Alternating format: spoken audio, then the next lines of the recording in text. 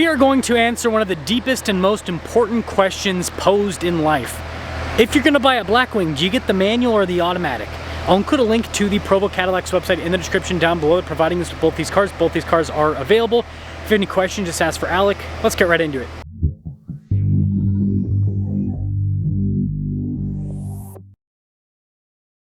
This week's giveaway highlight is a supercharged Silverado High Country and a Corvette Z06. If you're interested, use code BHC or click the link in the description down below or in the pinned comment to get 4x bonus entries on any donation $25 or more.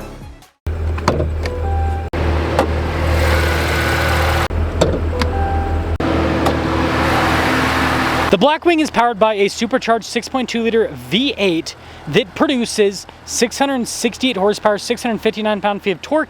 Fuel economy is 13 around town and then 20 on the highway. And whether you get the manual or the automatic, the power doesn't change and the fuel economy doesn't change either. It's just whether you're doing the gear changing or the car is. Now 0 to 60 with the automatic is 3.4 seconds, with the manual it's 3.6. So the fuel economy is the same, the horsepower and torque is the same, the performance is basically the same. This really is going to come down to personal preference. We are rapidly closing in on 500,000 subscribers. I'd really appreciate it if you'd help out with that.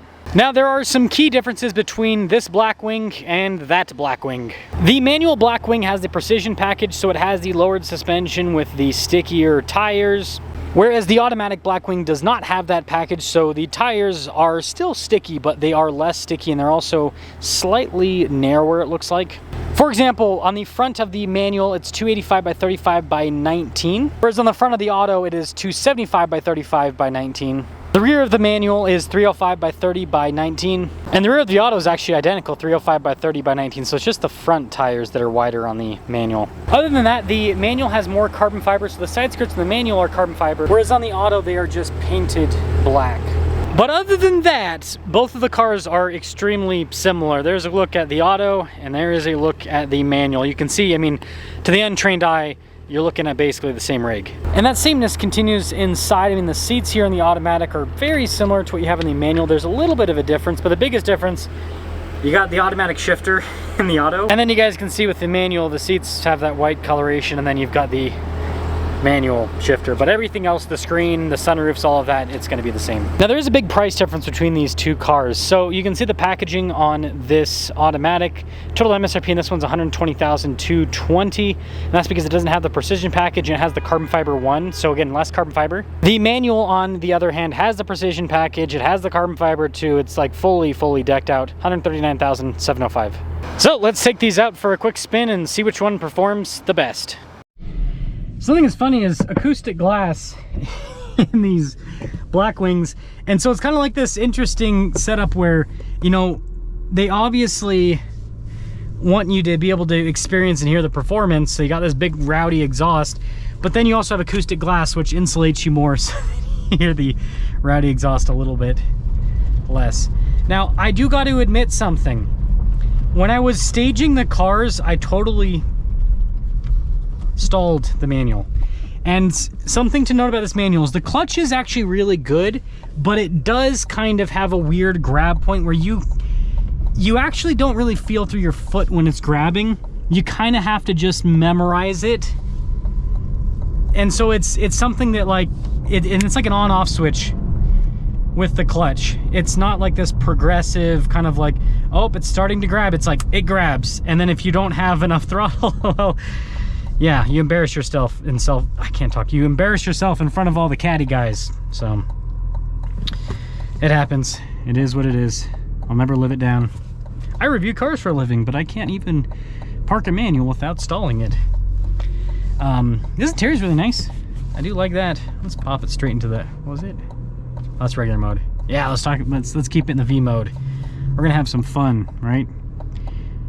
Yeah, this is super insulated. That's the thing that's funny is like it's like you could daily drive this. This is super quiet inside, very luxurious.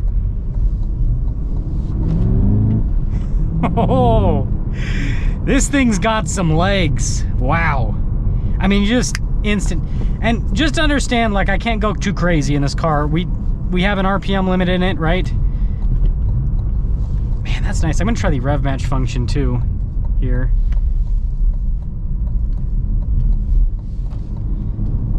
I do like the steering. Again, it's electronic, so it's super light and you don't really feel a whole lot through it. Still nice though.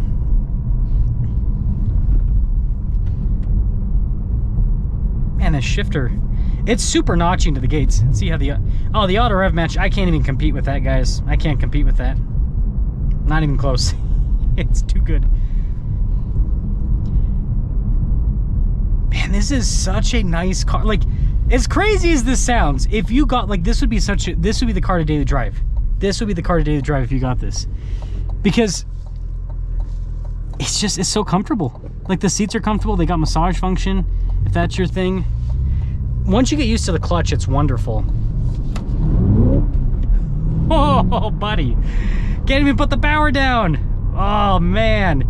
And the thing that's crazy is the torque is limited right now.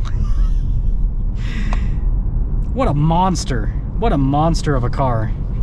I would not want to know what this... I mean, I kind of do, but also, like, I would be kind of scared what this car would feel like with full power, traction off. It's just...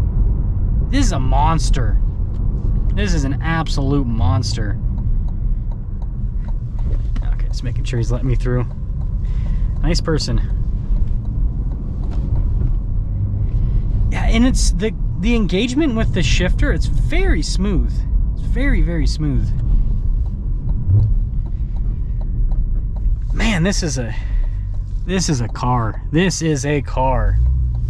If you know how to drive the manual, ooh. And the thing that's, I really appreciate this, you don't have to push this car to enjoy it. You can be going at literally 1/10 and still be able to enjoy the car because it just has so much power.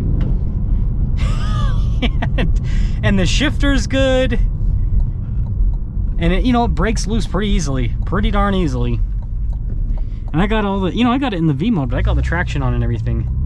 Man, what a fun machine. So, if you know how to drive manual,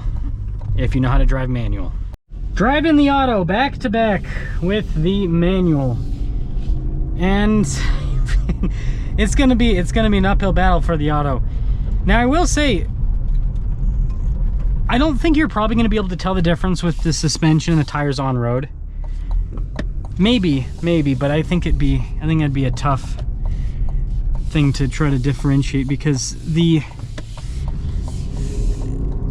performance is, you're gonna have to be like at the edge. You're gonna have to be like going over 100 miles an hour to really feel it. So the automatic, here's the thing about automatics, and this is especially true when you have the same power and everything, it feels slower, as weird as that sounds. Now, I don't think there's actually like power loss more so than what you have with the manual to the drivetrain and everything. Maybe there is. I don't think so though. What I think it is more so, and I do like the steering wheel controls are actually different too. I just noticed that. I didn't realize that before. You know, because the other one has a big circular button for the V mode and everything. And obviously you don't have the rev match here in the center. So yeah, I guess the layout's a little bit more different than I initially expected it to be. I should be able to go through soon. Sorry, I'm just being extra cautious. I mean, it's still a monster. It's just weird, you feel, because the manual, right, you're shifting the gears yourself, so it's like you feel the power more. This still feels like a monster, it still feels fast, but it also feels more refined. So it feels less, like the manual kind of has this, it almost feels dangerous, you know? This doesn't feel dangerous. So that excitement just isn't there. This is still an exciting car, don't get me wrong. That person totally just ran that stop sign, completely. That was no cop, no stop type deal. It's okay, it happens. As long as nobody, well, I don't like it, but at least nobody got hurt, right?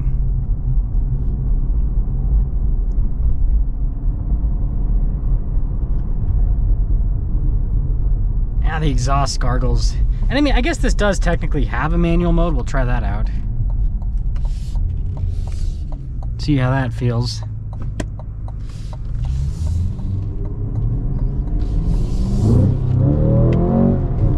Okay. Weird. So like the manual, the first gear feels like beefy. And again, you're looking at a 6-speed versus a 10-speed, right? The automatic's a 10-speed, the manual's a 6-speed.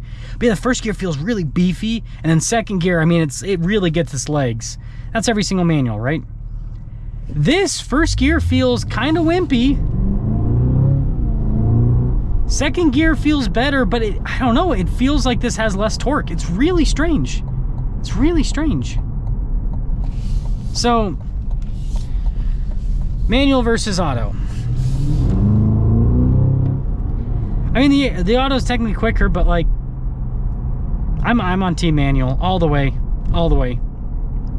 That manual felt dangerous. It felt exciting. Like it kind of, I don't know, I just feel it's an experience. It's truly an experience. And the auto here is, I mean, this is still a supercharged V8 rear-wheel drive sports sedan. It's still a crazy machine. But yeah, I don't know, it just doesn't have the same level of theater. So the camera button's not, oh, it is in the same place. Interesting. So let me know which one you choose.